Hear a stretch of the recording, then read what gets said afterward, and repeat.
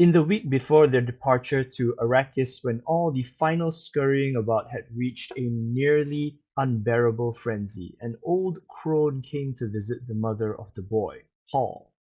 It was a warm night at Castle Caladan, and the ancient pile of stone that had served the Atreides family as home for 26 generations bore that cooled sweat feeling it acquired before a change in the weather.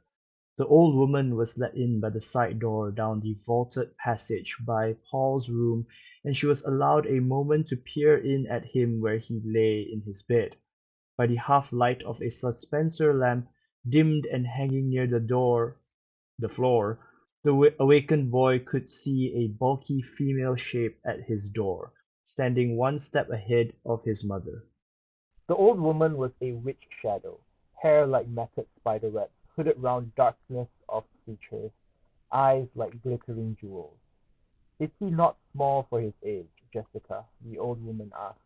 Her voice wheezed and twanged like an untuned balisette. Paul's mother answered in her soft contralto. The Atreides are known to start late getting their growth, your reverence.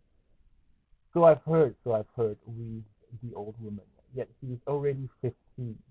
Yes, your reverence. He's awake and listening to us, said the old woman. Sly little rascal.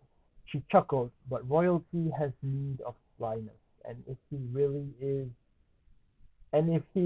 this, I don't know how to say this word, quiz, quizaz haderach. Well, within the shadows of his bed, Paul held his eyes open to mere slits. Two bird-bright ovals, the eyes of the old woman, seemed to expand and glow as they stared into his. Sleep well, you sly little rascal, said the old woman. Tomorrow you'll need all your fac- Tomorrow you'll need all your faculties to meet my Gomjabar. And she was gone, pushing his mother out, closing the door with a solid thump. Paul lay awake wondering, what's a gomjabber? In all the upset during this time of change, the old woman was the strangest thing he In all the upset during this time of change, the old woman was the strangest thing he had seen, your reverence. And the way she called his mother Jessica, like a common serving wench instead of what she was, a Bene Gesserit, I don't know what this is, a Bene Gesserit lady, a duke's concubine and mother of the a duke's concubine and mother of the ducal heir. Is a gom jabber something of Arrakis? I must know before we go there, he wondered. He mouthed her strange words. Gom jabber.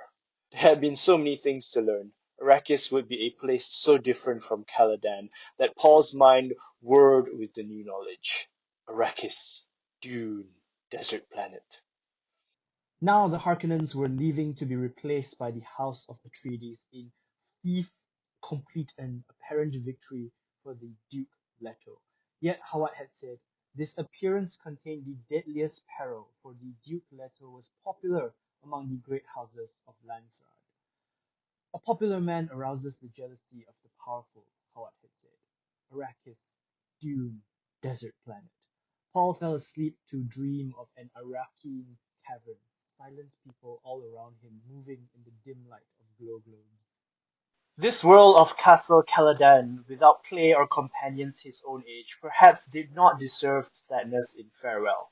Dr. Yue, his teacher, had hinted that the Frau Dr. Yue, his teacher, had hinted that the Faufreluches class system was not rigidly guarded on Arrakis. The planet sheltered people who lived at the desert edge without Cade or Bashar to command them. Will or descend people called freemen, marked down on no census of the Imperial Regate. Arrakis, dune, desert, planet. Paul sensed his own tension, decided to practice one of the mind-body lessons his mother had taught him. 3 quick breaths triggered the responses. He fell into the floating awareness, focusing the consciousness. Aortal dilation, avoiding the unfocused mechanism of consciousness, to be conscious by choice, blood enriched and swift flooding the overload region. One does not obtain food safety freedom by instinct alone, Animal consciousness does not extend beyond the given moment, nor into the idea that its victims may become extinct. The animal destroys and does not produce. Animal pleasures remain close to sensation levels and avoid the perceptual. The human requires a background grid through which to see his universe, focused consciousness by choice. This forms your grid. Bodily integrity flows, nerve blood flow according to the deepest awareness of cell needs. All things, cells, beings are impermanent. Strive for flow permanence within. Over and over, within Paul's floating awareness, the lesson rolled. When dawn touched Paul's windowsill with yellow light, he sensed it through closed eyelids, opened them, hearing the renewed bustle and hurry in the castle, seeing the familiar patterned beams of his bedroom ceiling. The hall door opened, and his mother peered in, hair like shaded bronze held with black ribbon at the crown, her oval face emotionless and green eyes staring solemnly. She turned, holding a semi-formal jacket for him. It carried the red Atreides hawk crest above the breast pocket. "Hurry and rest," he said. "Reverend Mother is waiting." "I dreamed of her once," Paul said. "Who is she?" "She was my teacher at the Bene Gesserit school. Now she is the Emperor's truth sayer. And Paul," she hesitated, "you must tell her about your dream." "I will. Is she the reason we got to Arrakis?" "We did not get to Arrakis." Jessica flicked dust from a pair of trousers, hung them with the jacket on the dressing stand beside his bed. "Don't keep Reverend Mother waiting." Paul sat up, hugged his knees. "What's a gom jabbar?"